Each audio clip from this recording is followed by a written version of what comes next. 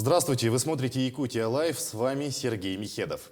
Все мы привыкли жить в комфорте, чтобы в доме было светло. А ради нашего удобства трудятся сотрудники электросетей. Именно они транспортируют электрическую энергию. И представители центральных электросетей обслуживают население и социальные объекты от Якутской ГРЭС и ГРЭС Новой в 11 районов Центральной Якутии. Территория ответственности 409 тысяч квадратных километров. И сегодня у нас в гостях Дмитрий Шувалов, заместитель главного инженера центральных электрических сетей ПАО «Якутскэнерго», с которым мы поговорим о том, как ведется работа, и дадим полезные советы нашим телезрителям. Добрый вечер, Дмитрий Сергеевич. Добрый вечер. Ну и вначале разрешите поздравить вас с юбилеем. Вашей компании в этом году исполняется 60 лет.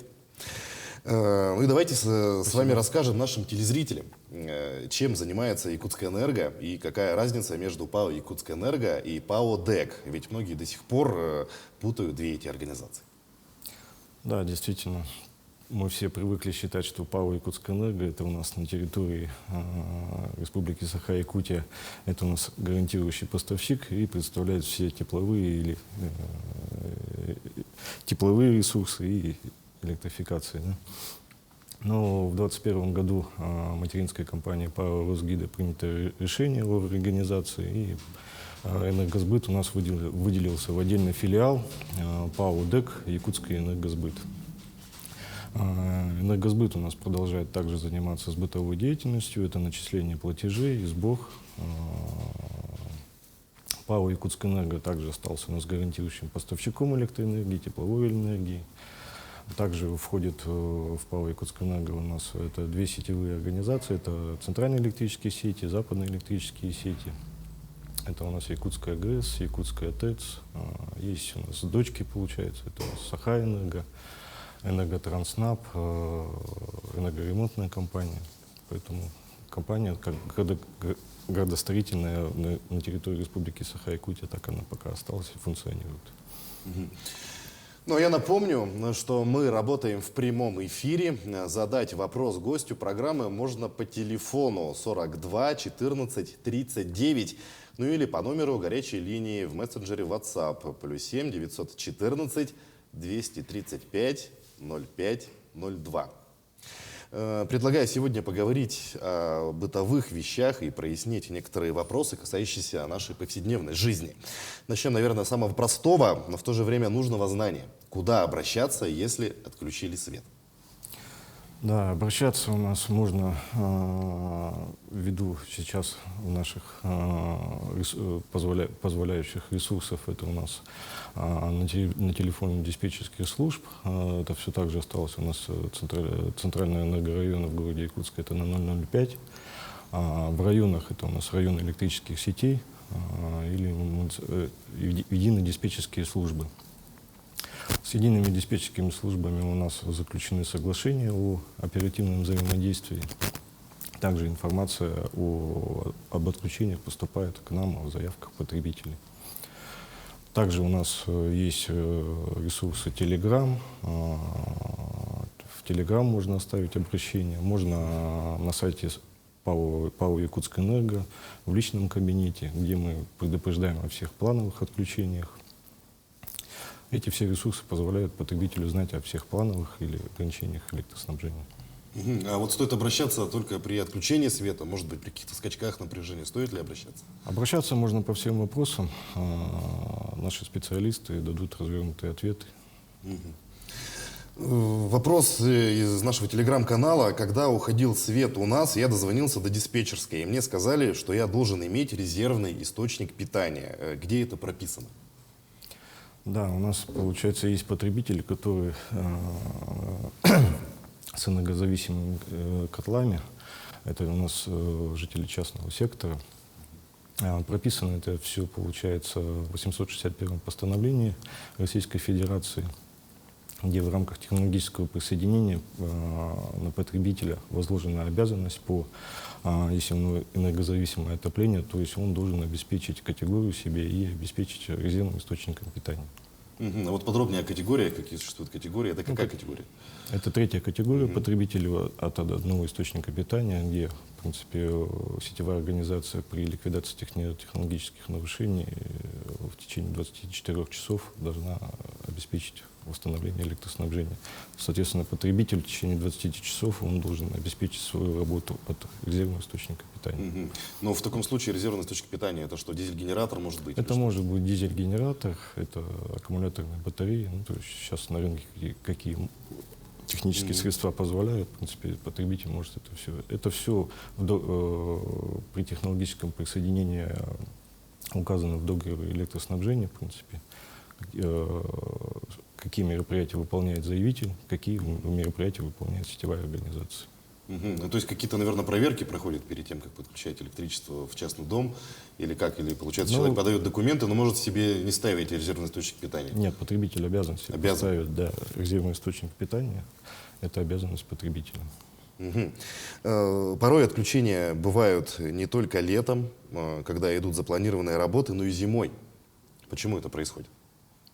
Ну, у сетевых организаций территориальных ограничений по сезону нет. При низких температурах работаем мы круглый год.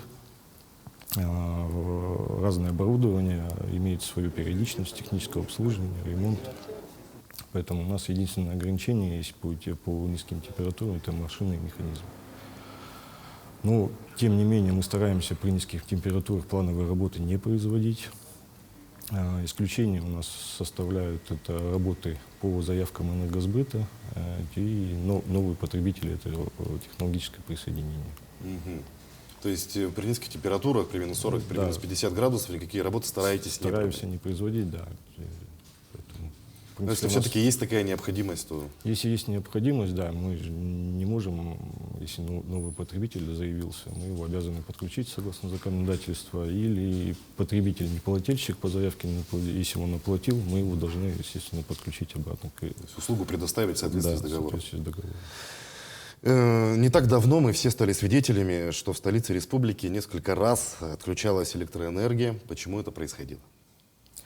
Да, ну, за прошедший промежуток времени у нас ряд технологических нарушений происходили. У нас были технологические нарушения. Это вот два больших технологических нарушения по классу напряжения 220 киловольт. Это у нас, получается, центральная энергосистема отделилась от объединенной системы. Здесь у нас, получается, ликвидацией данного технологического нарушения у нас занимался системный оператор Якутская РДУ. Путем оперативных переключений электроснабжение центрального города Якутска было восстановлено. Также у нас осенью были большие ветровые нагрузки, это порядка 26 метров в секунду. Ряд районов и город Якутск попал, пригород, под отключение. Это класс напряжения 0,4-6 киловольт потребители. Здесь, получается, персоналом ПАО «Якутскэнерго» центральными электрическими сетями оперативно велись восстановительные работы. Ну, сложности были у нас в связи с ветром. Это верхолазные работы. При сильном ветре у нас, естественно, верхолазные работы запрещены, поэтому мы работали по погодным условиям, привлекали подрядные организации, из соседних районов персонал привлекали. То есть, в принципе, персонал отработал слаженно, это четко. Также у нас есть запасы аварийных материалов, в принципе, недостатка мы в этом не чувствовали, поэтому как можно было восстановить быстрее, мы восстановили. Здесь понятно, что потребителям мы доставили неудобства, поэтому руководство компании приносит свои извинения. А вообще, например, при каких-то погодных условиях или ветровых нагрузках меняется ли режим работы предприятия? Переходите на какое-то, может, усиленное дежурство или как? Да, если у нас есть соглашение с гидро, это у нас приходят сигналы, да, то, что нагревается или ветровая нагрузка, или это. То есть у нас усиливаются оперативно-выездные бригады, дополнительные бригады выставляем, ремонтные. То есть персонал заступает на дежурство, на телефонах, на дому. Угу. То есть, в принципе, готовы к любым проблемам, Да, к любым происшествиям? Да, всегда готовы к устранению нарушений. Но зачастую свет отключается не из-за плановых работ, а из-за неаккуратно проведенных работ другими организациями. Вот как решаются такие вопросы? Выезжает ли какая-то экстренная рабочая группа?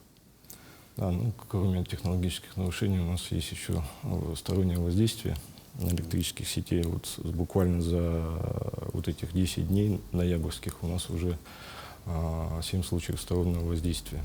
Это у нас при дорожном строительстве. У нас город же, застройка получается. И при буровых работах, повреждение кабельных линий, погрузо-разгрузочные работы ведутся без согласования сетевой организации. Поэтому здесь компания ведет информационную работу, в принципе, на всех своих ресурсах, предупреждаем. Но, тем не менее, такие случаи у нас есть. А вообще вот при проведении таких ремонтных работ обязаны ли согласовывать с Якутскэнерго вот эти проводимые работы? В обязательном порядке должны согласовываться земляные работы, погрузо-разгрузочные работы. Акты допуска составляются при таких работах. Поэтому Ну, какие вот бывают трудности, чаще всего, например, компания сталкивается при проведении работ? Какие могут быть, получается, нарушения со стороны сторонних организаций? без согласования под линиями, находящимися под напряжением, ведутся погрузо-разгрузочные работы, там, строительных материалов. Где-то ведутся раскопки при прокладке там, трубопроводов. Это здесь, поэтому между предприятиями это должны быть согласованы. Ну а как часто бывают вообще внеплановые отключения? Есть такая статистика? Да, статистику мы ведем, плановые, внеплановые, аварийные отключения. Вся статистика у нас есть. За этой статистикой за нами и надзорные органы наблюдают, органы прокуратуры. То есть здесь в этом направлении работа ведется. Ну, а если говорить о цифрах, есть какие-то данные? Может быть, с начала года сколько вот вообще у нас отключений происходило? Ну, вот буквально за 10 дней, как я сказал, Да, уже 7... Уже 7 только за 1 ноябрь, за 1 месяц, да? Да, за 10 дней уже 7 аварийных отключений произошло. А если сезонность, вот в какое время года чаще происходят такие внеплановые отключения? Весна, осень. То есть весной, осенью? Весной, осенью здесь, да, когда строительно-монтажные организации не успевают, торопятся без согласований. То есть весной, наверное, заступают на работу, начинают производить какие-то действия, да, то есть Да, строительные. осенью в связи с неуспеванием сроков сдачи начинаются. А осенью торопятся закончить работу, поэтому происходят вот такие, да, происшествия. Ну, теперь давайте поговорим о плановых отключениях. Хоть находиться без света не очень приятно и комфортно, но все мы прекрасно знаем, что профилактика важна и нужна. Какие виды работ проводятся во время плановых отключений? Ну, плановые работы у нас проводятся согласно графиков, технического обслуживания оборудования, ремонты. Здесь мы все работы согласуем с Ростехнадзором, предупреждаем потребителей за 10 дней через свои ресурсы. Виды работ у нас идут, это ремонтно-восстановительные работы, это посынковка, установка новых опор, техническое обслуживание маслонаполненного оборудования на подстанции, подготовка к осенне-зимнему периоду. То есть все те работы, которые мы должны подготовиться к осенне-зимнему периоду, выполнить. Ну вот, а где можно узнать заранее о плановых работах энергетиков? Ведь порой объявления, которые развешивает та же управа, управляющая компания, срывают или просто в суете их не замечаешь? Об отключениях можно узнать на сайте ПАО «Якутскэнерго». Также можно зарегистрироваться в личном кабинете ПАО «Якутскэнерго». О всех отключениях можно поставить уведомление, будет приходить уведомление об отключениях потребителя человеку, если он зарегистрируется в личном кабинете. Также сетевые организации предупреждают единые диспетчерские службы, муниципальное образование. В районах, получается, у нас, в принципе, сейчас развиты мессенджеры. То есть в районах, получается, через мессенджеры население предупреждают. Ну вот смотрите, да, вы рассказали о том, что можно зарегистрироваться, получается, на сайте ПАО «Якутскэнерго». Какие еще возможности есть у этого сайта?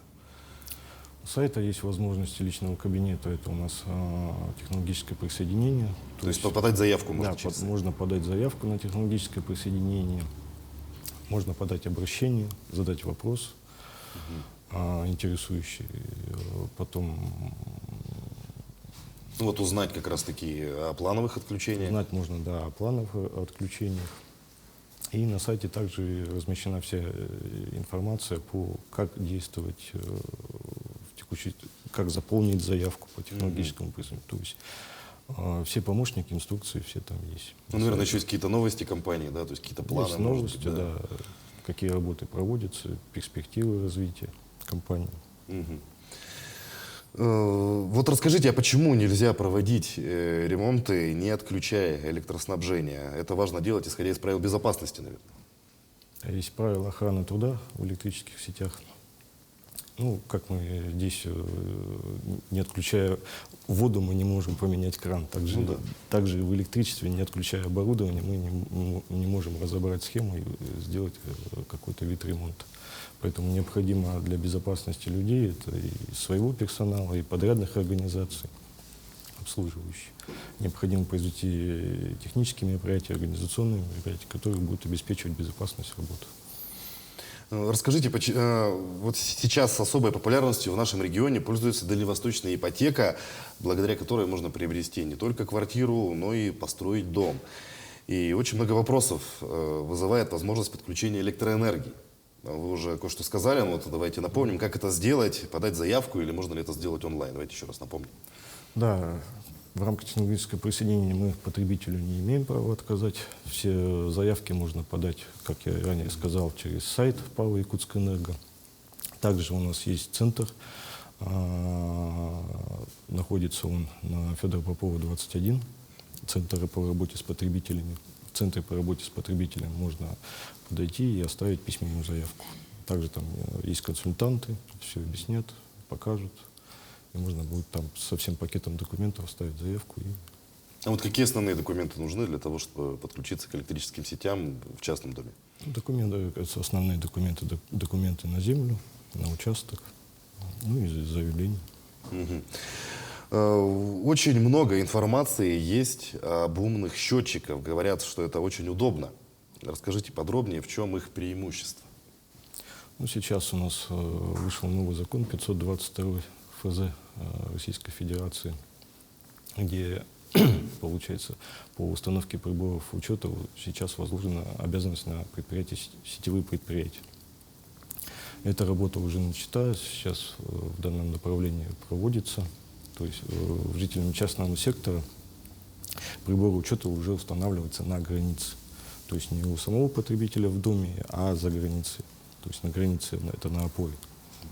То есть, в принципе, уже и потребителю нет необходимости заходить и доставлять неудобства там, по съему показаний, по проверке приборов учета.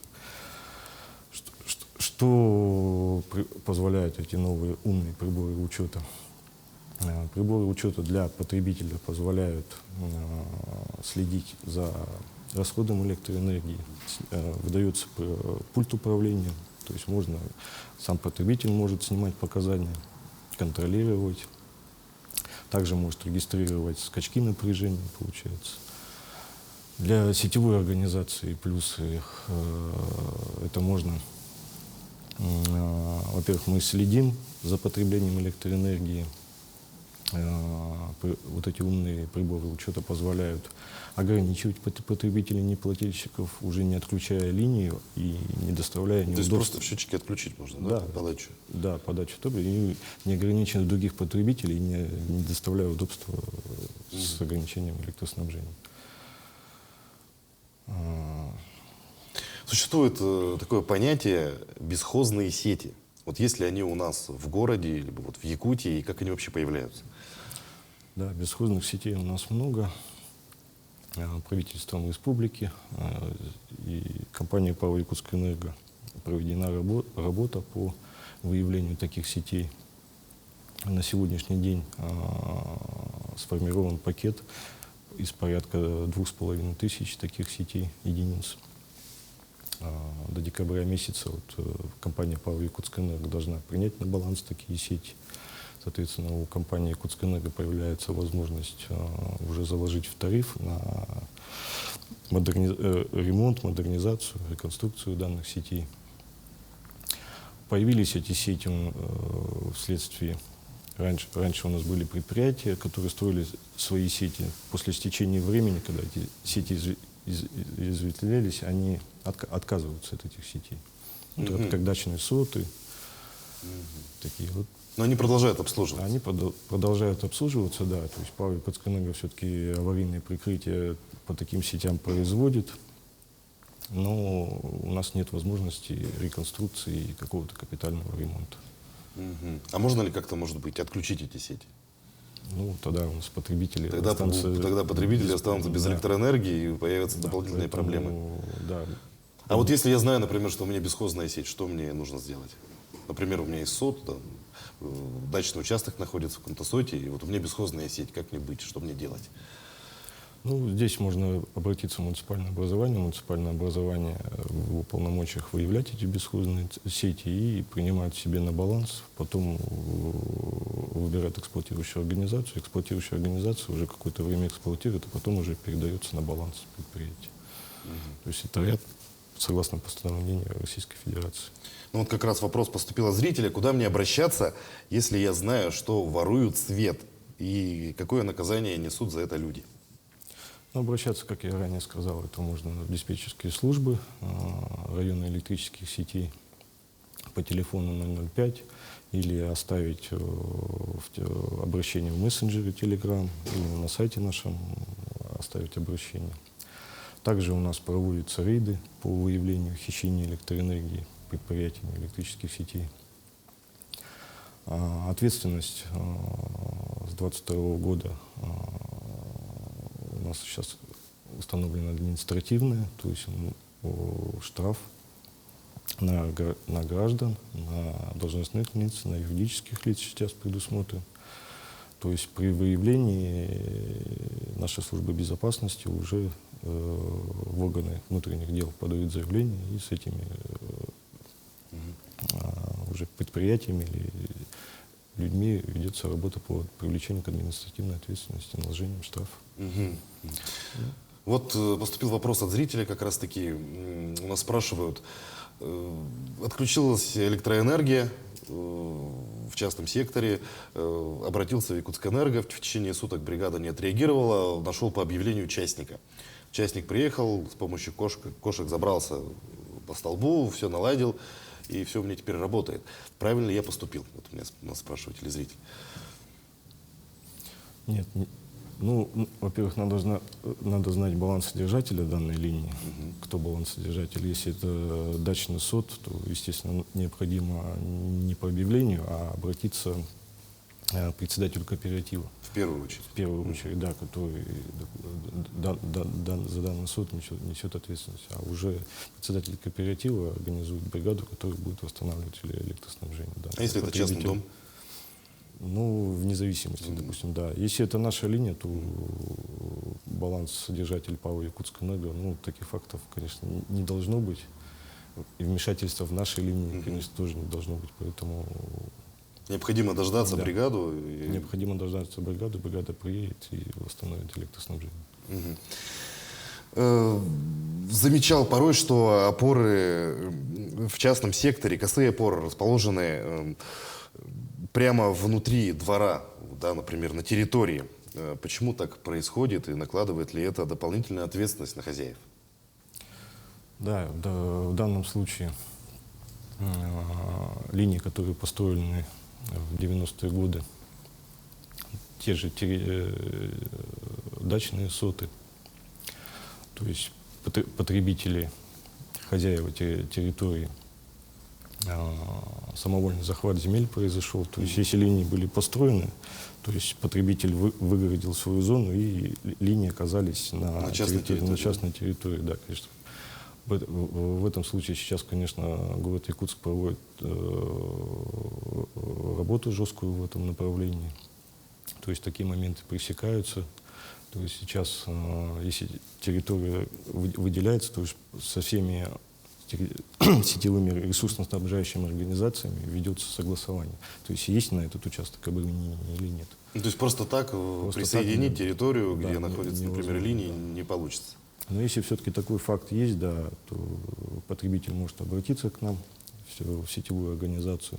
В принципе, мы можем выделить технические условия на вынос данных сетей.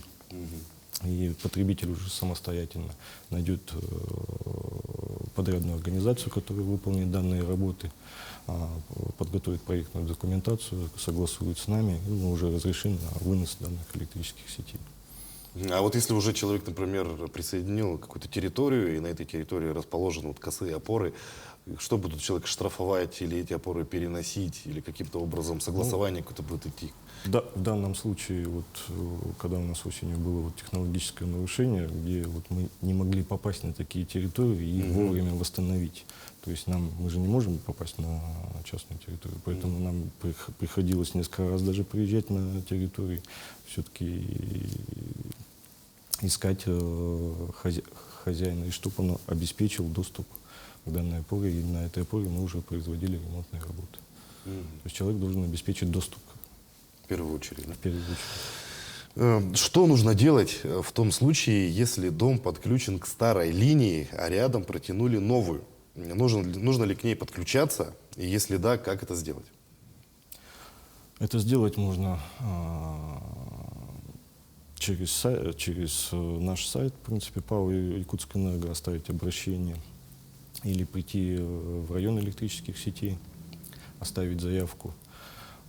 Бригада выехает, осмотрит, то есть определить техническую возможность, и есть ли возможность с данной линии переключить потребителя. Ну и так как граница у нас на опоре, то есть потребитель должен будет выполнить ряд мероприятий, подготовить свою электроустановку. Когда у него будет все готово, специалисты приедут, осмотрят, если все готово, если никаких замечаний, то мы произведем переключение на новую электроустановку. А вообще обязательно ли подключаться к новой линии, если уже есть подключение к старой, например? Как узнать, что вот линия старая и необходимо подключиться к новой? Какие-то оповещения, может быть, приходят? Или специалист оповещает вообще о таких работах? Если в рамках реконструкции электрических сетей мы сами ведем эти работы по реконструкции электрических сетей, то мы разрешим объявление по там, через председателей работаем, через оповещение. То есть потребителей предупреждаем, предлагаем сами, что вот переключайтесь на новую линию. А какие преимущества вообще дает такое переключение на новую линию?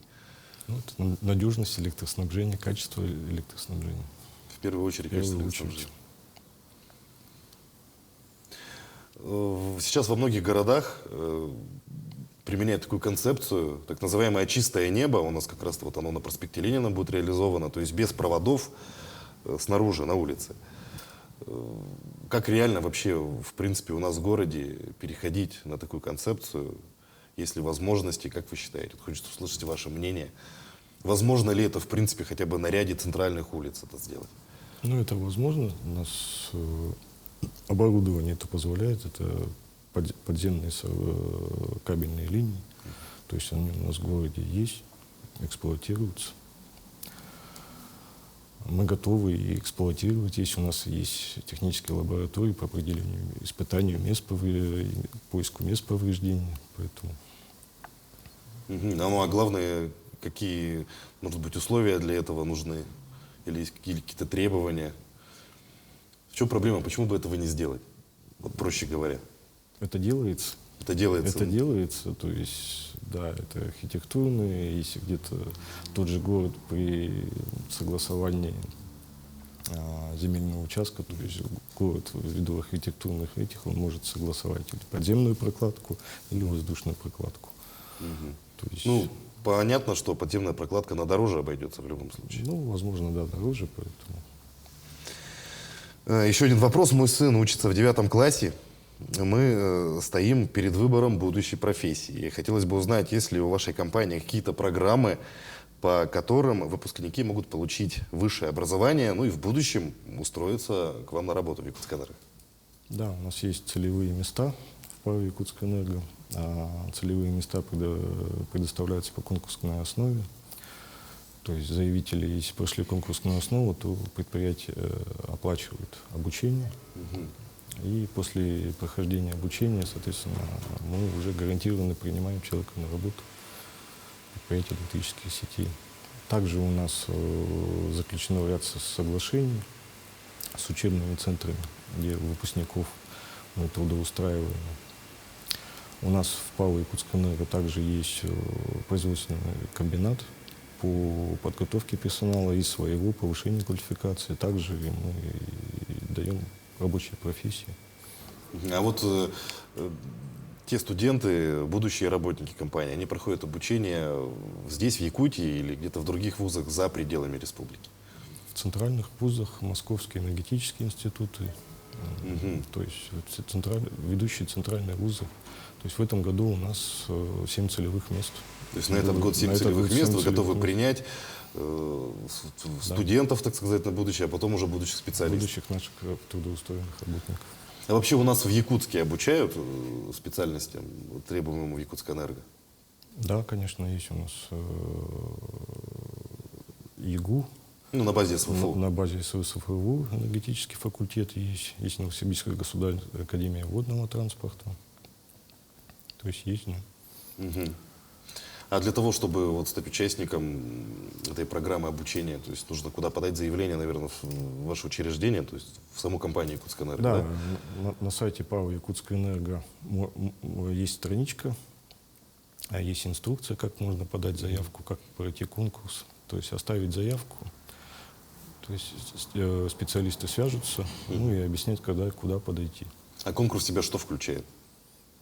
Ну, отборочные на знания предметов, то есть прохождение конкурса, кто выиграл, прошел отборочный конкурс. Ну, то есть тесты, наверное, тесты, конкурсная основа, да? Знания, наверное, технических предметов в первую очередь приветствуются же, да?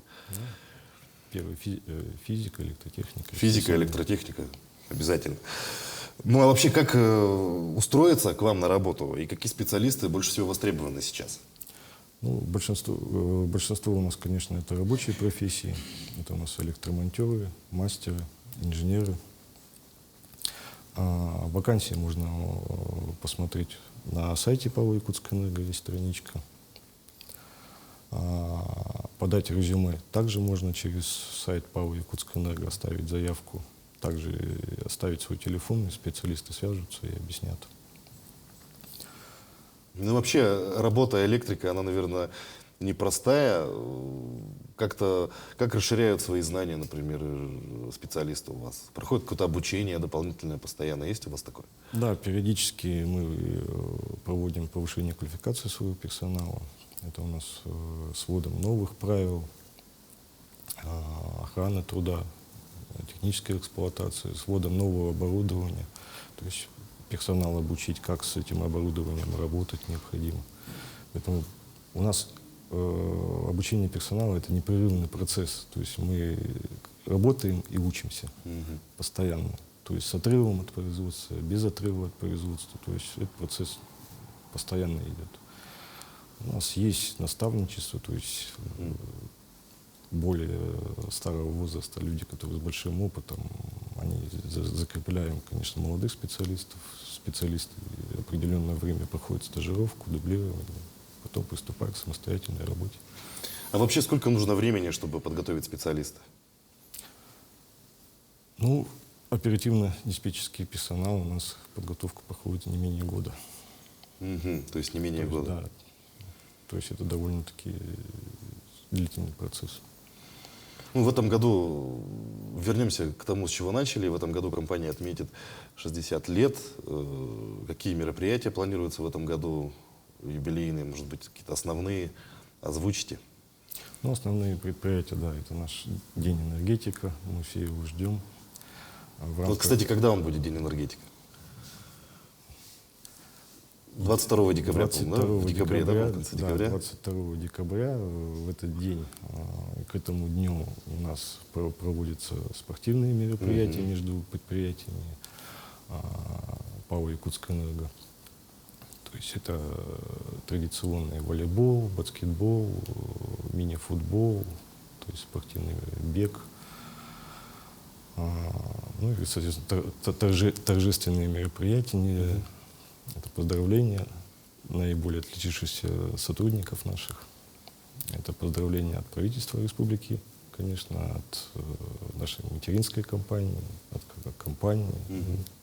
Ну, это будет, наверное, такое некрупное мероприятие, больше внутреннее, наверное, да, потому что сейчас у нас корпоративы по понятным причинам не проводятся, такие серьезные, большие, да. Ну, в любом случае, мы вас поздравляем с грядущим праздником. Благодарю вас за полезные ответы. Я надеюсь, информация, которую вы озвучили, будет полезна для наших телезрителей. Ну и желаю вам всего доброго и успехов в вашей работе. Спасибо большое. На этом выпуск программы «Якутия Лайв» подошел к концу. Меня зовут Сергей Михедов. Смотрите нас по будням в 19:15. Расскажем, чем живет Якутия.